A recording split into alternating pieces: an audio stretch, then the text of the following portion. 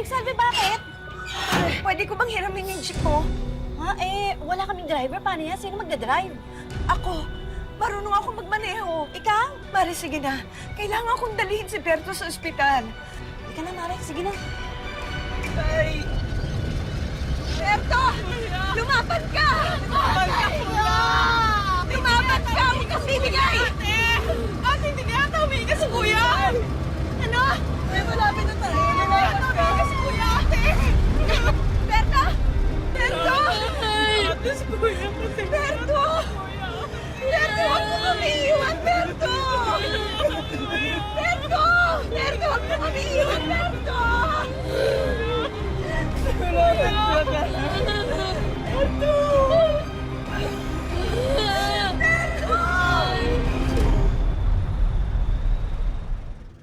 Sa pagpanaw ng kabiyak ni Salve, mag-isa na lang nakasalalay sa kanya ang kinabukasan ng mga anak niya. Kaya kung anong pagkakataon ang dumating sa kanya, agad daw niya itong susunggaban kahit pa mahihirapan at masasaktan. Dahil ganyan ang isang magulang. Ganyan daw maging ina. Magandang araw po mga kapuso. Ako po si Vicky Morales at ito ang Wish Ko Lang.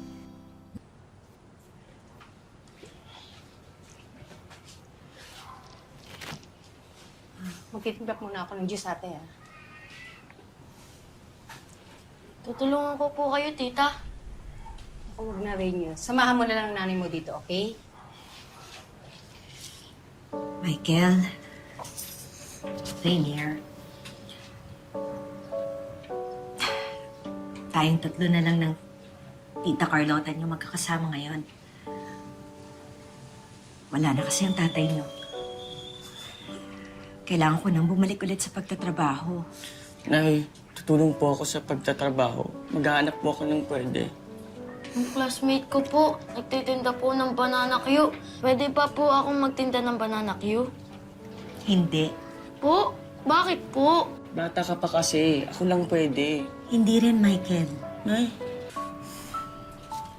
Mga anak, ang trabaho ko bilang nag-iisang magulang nyo ay ang buhayin kayo at ang pag-aralin kayo. Alam nyo, gagawin ko yon sa abot ng makakaya ko. Ang trabaho nyo bilang mga anak ko ay ang mag-aral ng mabuti. pangako po, Nay. Makakatapos kaming dalawa. Pangako po, Nay. Wala na tong atrasan.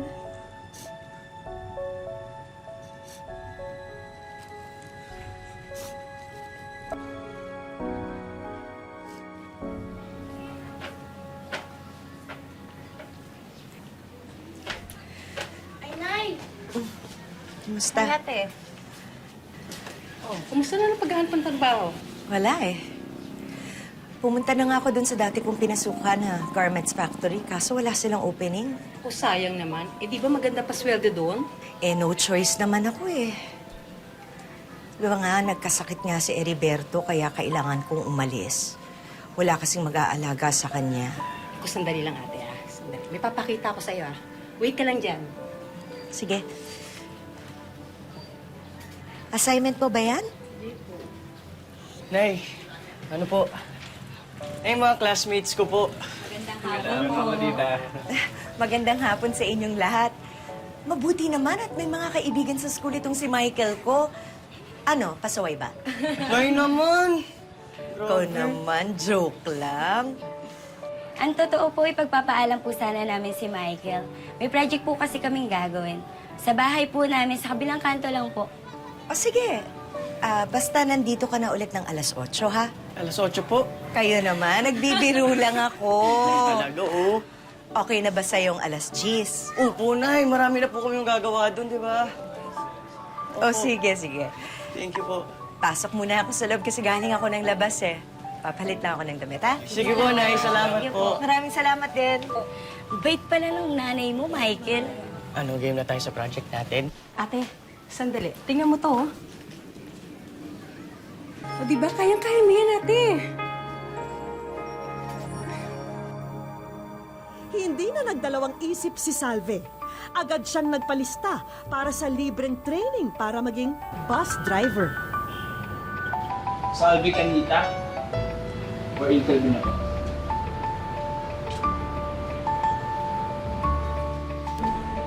Determinado si Salve na matutunan ang lahat ng kailangan sa pagmamaneho ng bus. Kapag natanggap kasi siya, malaking tulong ito para sa kanyang pamilya. Good morning. Have a seat, Salve. Nakuha ko ng mga resulta ng exam mo. Pasado ka, Salve. Isa ka ng certified bus driver. Ugat lang sa biyaya. Maraming salamat po. Dahil sa matinding pangangailangan, pumasok bilang bus driver si Salve. Alam niyang mabigat na hamon ito dahil hindi pa siya bihasa sa pagmamaneho ng malalaking sasakyan. Pero ang totoong mahirap para sa kanya ay ang mawalay sa mga anak niya at bihira na lang silang magkikita. Magiging lingguhan na kasi ang uwi niya sa Antipolo.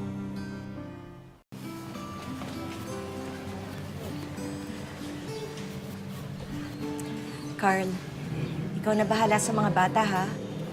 Pag meron kayong kailangan, tumawag lang kayo sa opisina, okay?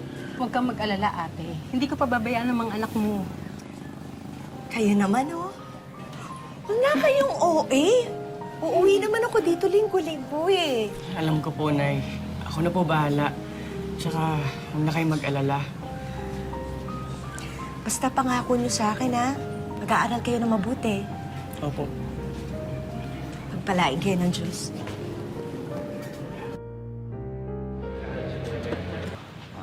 Oh, ito pala si Cesar. Cesar. Ito pala si Salve, ang bagong mong kasama na nakapasa sa MMDA ready para sa mga bagong bus driver. Kaya ikaw ang konduktor niya. Okay po, sir. Sige. Naman na kayo. Sir, ako konduktor mo pero hindi mo ko tawan, ha? Pinapaalala ko lang sa'yo, ha? Hindi naman ganun. Okay na, ibig sige na. sabihin. Bye. Halatang halata na mabigat ang loob ni Cesar na maging katrabaho niya si Salve. Paano kaya magiging matiwasan ang biyahe nila kung hindi maganda ang samahan ng konduktor at driver? Ano pa dyan? Boy, ba't ang bagal natin? May diferensya ba yung bus? Hindi ho, wala akong diferensya yung bus. Yung driver ang may diferensya. Manong driver? Pakibilisan naman. Maliliit na ako eh. Ay, hindi umanong yung driver, babae ho. Kaya naman pala eh. Babae yung driver, dapat hindi pinagdadrive ng bus yan. O, ayan ha. Pag kinuha ng mga pasahero natin yung pamasahe nila, kasalanan mo ha. Bagal eh, no, boss, no? Sorry ha. Sensya na ho. Babae lang. Konting bilis naman. Late na kami. Kasi yung pagkagalit naman. Hoy, bilisan mo naman, oh. Hoy! Sorry, oh. Yung, hoy! Hoy! Atakihin ako sa'yo. Woo! Yung! Nangalay pa masahin na. Ay, naku, babae.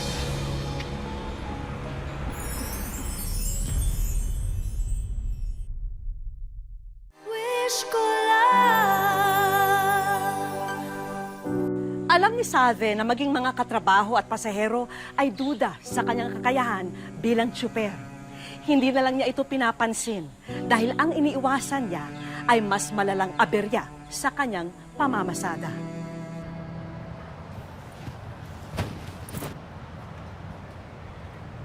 Pare, yung driver mo. Wala akong pakialam sa babaeng yan. Yan siya. Pwedeng tumabi? Ay, maupo kayo. Salamat. Opo ka.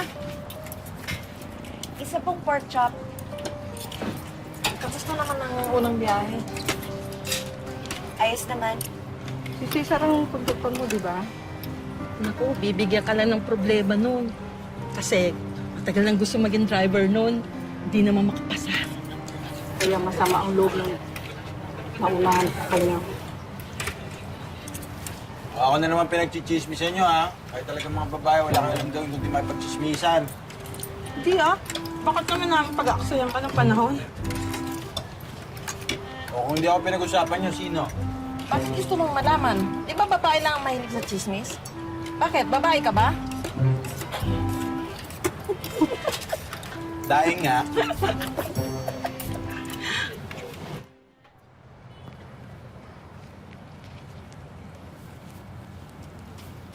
Uy, Cesar, hiya ka naman. Yung driver mo, naglilinis. Ikaw nakatanga ka lang dyan. Hayaan mo siya, babae yan. Trabaho niya maglinis.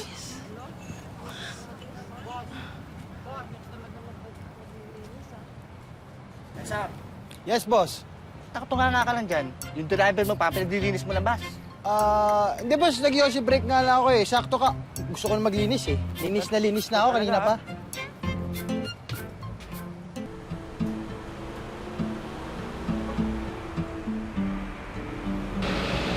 Unti-unti nang nagagamay ni Salve ang pasikot-sikot sa pagiging bus driver.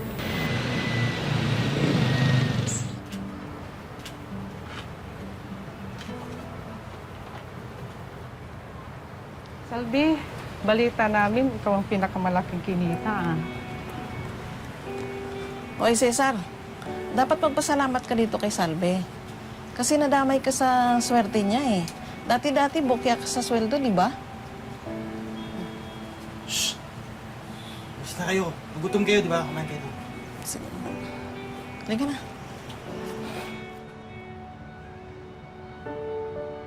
Rainier! Michael!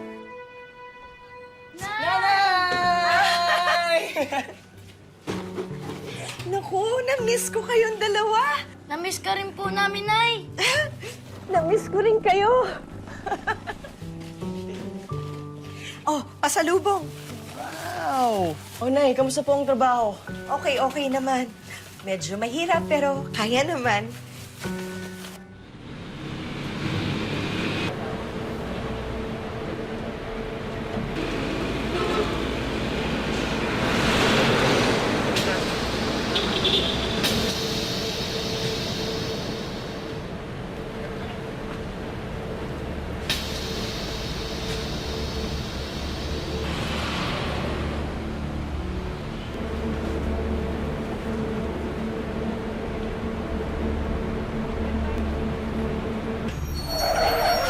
Uy!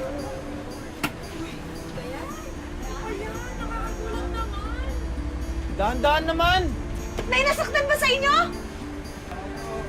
Wala. Pasensya na kayo, ha? Dahan-dahan naman! Sandali lang, ha? Hindi ko na patayin ah! Eh, kinat niyo ako, eh. Eh, nauna ko sa motorcycle lane eh! Sir, lasing kayo, eh. Sino kasing? Ano ba yan? Anong nangyayari dito? Wala po, sir. Eh, kinat ako nito, eh. Ayun, no, sir, sa linya namin, no? Lasing ka, no? Hindi po, sir. Lasing ka. Hindi, sir. Alam na bawal magmanaw pag lasing? Ayun lang po, sir. Sige, lumarga na kayo para hindi kayo maistorbo. Ako na bahala rito. Salamat ho, Chief.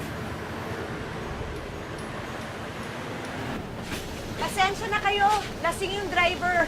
Biyahe na ulit tayo. Kayo po yung nanay ni Michael, di ba?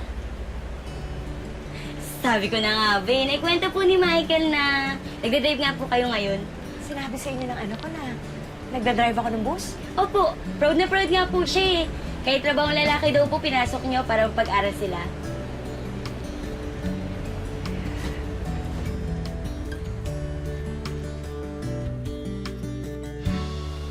Buti na lang, bakasyon nyo na, Nay. Oo nga eh. Alam mo, Rainier, marami tayong dapat ipagpasalamat sa Diyos. Natahi ko nate. Ano ba yan? Kutina para sa bus mo. Wow! Tinahi ko yan para sa'yo. Ang ganda, no? O, kamusta naman mga pag-aaral niyo? Ayos na eh. Talaga? Sobrang taas ng grades ko. Ikaw din? Opo. Oy, Salvi. Mukhang maganda yung kurtina natin, ah. Saan mo nabili yan? Ah, ito? Oo. Gawa lang to ng kapatid ko. Talaga? Pwede kayo magpagawa sa kanya? Nakatamad na yung itsura ng bus ko, eh. Ako rin, magpapagawa ako. Totoo?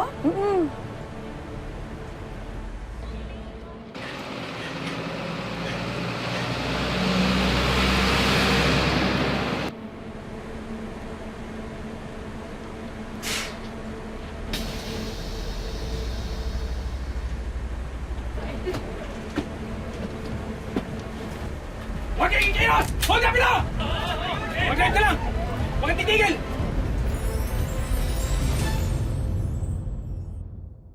Wish ko lang.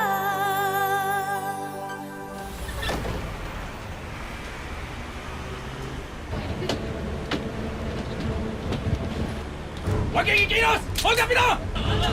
Mag-drive ka lang! Huwag kang titigil! Ano? Cellphone lang mo sa bag! Bilis! Ano? Ayaw! Wala kang cellphone! Bilis! Labas yung cellphone niyo! At wallet! Bilis! Ano yung cellphone? Bilis! Labas sa bag! Ilagay mo! Oh, yung ulo! Yung ulo! Akin na! Bilis! Akin na! Sa'yo! Bilis! May mga pulis. Pag hindi ako tumigil sa stoplight, habulin nila tayo. Sige, tigil mo! Huwag kayong kikimo! Pag kumibo kayo, paparilin ko kayo! Iload up the weapon! Dito!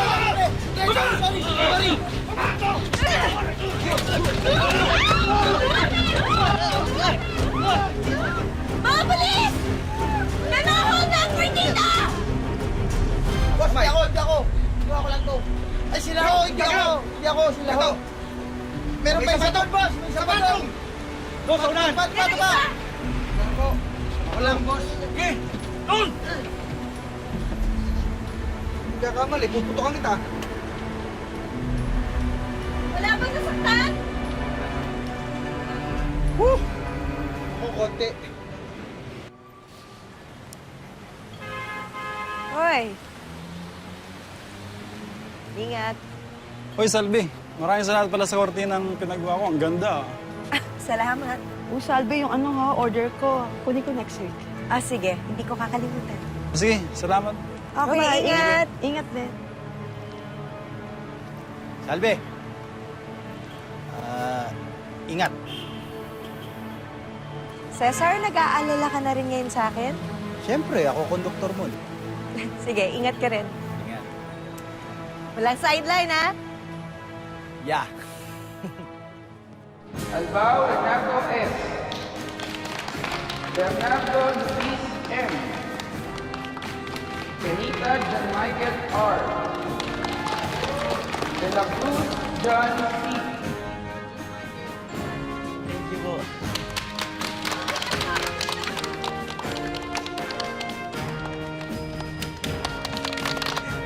Hey!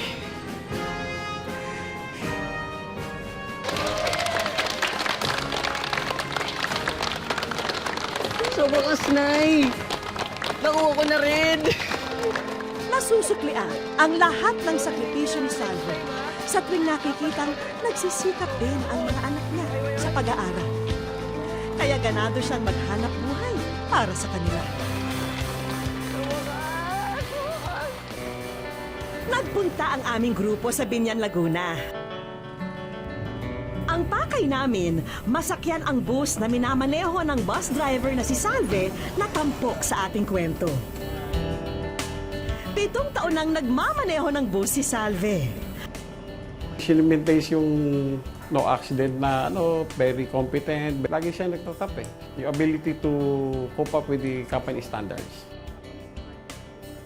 Masayang-masaya po ako noon kasi piling araw nila, ako yung hindi matatanggap kasi yung itsura ko kasi noon eh. Hindi kagaya ako nung ibang nag-apply doon kasi galing sila sa abroad eh. Ang totoong hamon daw sa trabahong ito ay ang mas mahabang oras na pamamasada kesa sa oras ni Salve sa kanyang pamilya. Kaya ang naging siste, lingguhan siya kung umuwi. Kapag kami napapanood ka sa balita na mga aksidente sa kalsada, di mo po mapigilang isipin na sana ligtas yung nanay ko. Ganun po. May tiwala naman po ako kay mama na maingat siya kahit na peligroso yung tinatahak niyang mga daan. Pagdating sa bahay, dagdag kita pa rin ang isa sa inaatupag ni Salve. Katuwang ang kapatid niyang si Carlota sa pagtatahi ng ilalakong kurtina para sa bus. Pero siyempre, hindi niya nakakaligtaan ang pagiging nanay sa mga bata. Mahirap talaga sa totoo lang. Kaya lang, lagi kong iniisip, kung hindi ko lalakasan ang loob ko, paano kami mabubuhay nung mga anak ko? 100% po ako proud na proud kay nanay. Dahil po napakasipag niya po at mahal na mahal po namin. Sinisigurado rin ng ilaw ng tahanan na hindi napapabayaan ang pag-aaral ng mga anak. Lalo na't isa ito sa mga dahilan ng kanyang pagsisikap. Kapag nakapagtapos na ako, kinakailangan makahanap agad ako ng trabaho. Nang sa gayon makapagpahinga naman si mama para masuportahan ko rin naman po yung pamilya namin. Sa market po, papuntang Taguig. Papuntang wish ko lang. Alam niyo ba yung terminal? Papuntang wish ko lang. Wish ko lang.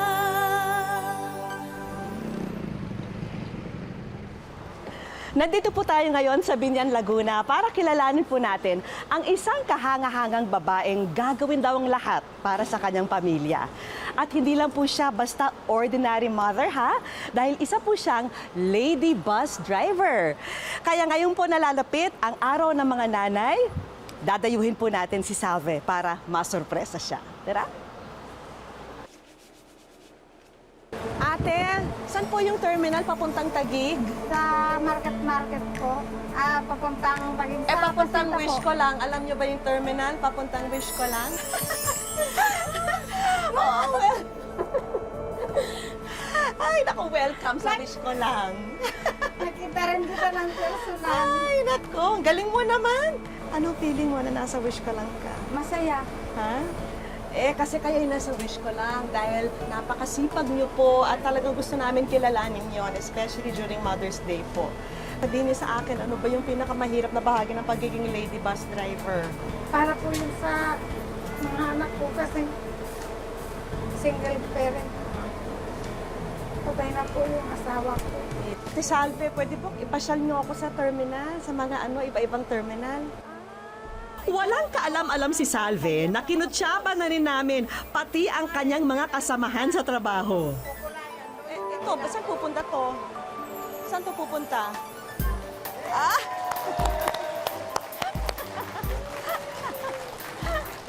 Ano gusto niyo sabihin sa kanila? Nandito sila para surpresahin kayo? Hi, sir! Si Sir George po. Ayan, po ang ang boss. Ano gusto niyo sabihin sa mga kasamahan niyo po? Salamat. Salamat po sa inyo dahil nagtiwala po kayo sa akin. Ang tagal-tagal ko na po dito. Siyempre, kung nandito ang iyong mga katrabaho, maaari ba namang mawala ang mga espesyal na tao sa buhay mo? Sige, ano masasabi niyo? Pasensya na kayo. Mula kasi nung maliit, hindi ko kayo naalagaan kasi nag-alaga ako sa papa mo. Pagkatapos na mamatay, nag-ano na po ako dito kaya hindi ko sila nasubaybayan. Pero alam ko, naintindihan niyo yun. Opo. Di ba? Ano gusto mong sabihin sa mami mo? Gusto ko sabihin na, yun, Happy Mother's Day sa pinakamabuti, pinakamasipag at pinakakaiba kong nanay. Kasi sobrang kakaiba niya, lahat nakakayanan niya. Pinatunayan talaga ni mama na kahit babae siya, hindi yun hadlang para maging matagumpay siya. Maiwanan ka man sa kalsada, maiwan ka man ng ibang sasakyan, hindi ka man maging top grosser, ikaw pa rin yung number 1 sa amin eh. Kaya yun yung pinakamalaga sa amin. I love you, ma. Oh, bago pa tuluyang bumaha ang luha rito, tanggapin niyo po ang aming mga handog para sa inyong pamilya. Ito po mula sa wish ko lang, meron kami mga sorpresa para po sa inyo. Ito po, sewing machine. Alam namin gustong-gusto niyo yan kasi gusto niyo magtahi ng mga kurtina para sa mga bus. Pandagdag kabuhayan po para sa inyo yan. Tapos ito po, food cart. Yan ho, para po sa inyo. Sino magbamando nito? Kayo na. Hindi pa riyan natatapos dahil batid po namin kung gaano kahalaga para sa inyo na makatapos ang inyong mga anak. Ito, importante po ito. Para kay John Rayner. Para sa iyo to.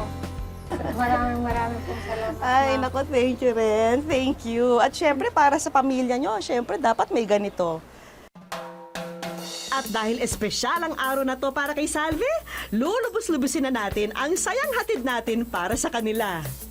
Sa isang resort sa Talisay, Batangas, ang sunod na pinuntahan ng mag-anak. Nay, Nay, swimming na tayo. Tara! Bihira raw mangyari sa kanila ang family bonding tulad nito.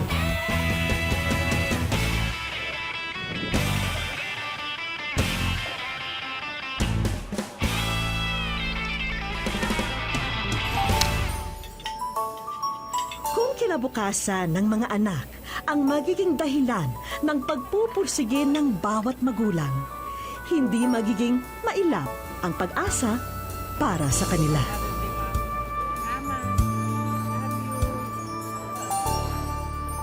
Walang mahirap na pagsubok para sa isang ina na handang magsakripisyo para sa kanyang pamilya. Yan po ang pinatunayan ni Salve. Kaya isa pong pagpupugay sa lahat ng mga nanay. Happy Mother's Day po! Ako po si Vicky Morales at ito po ang wish ko lang.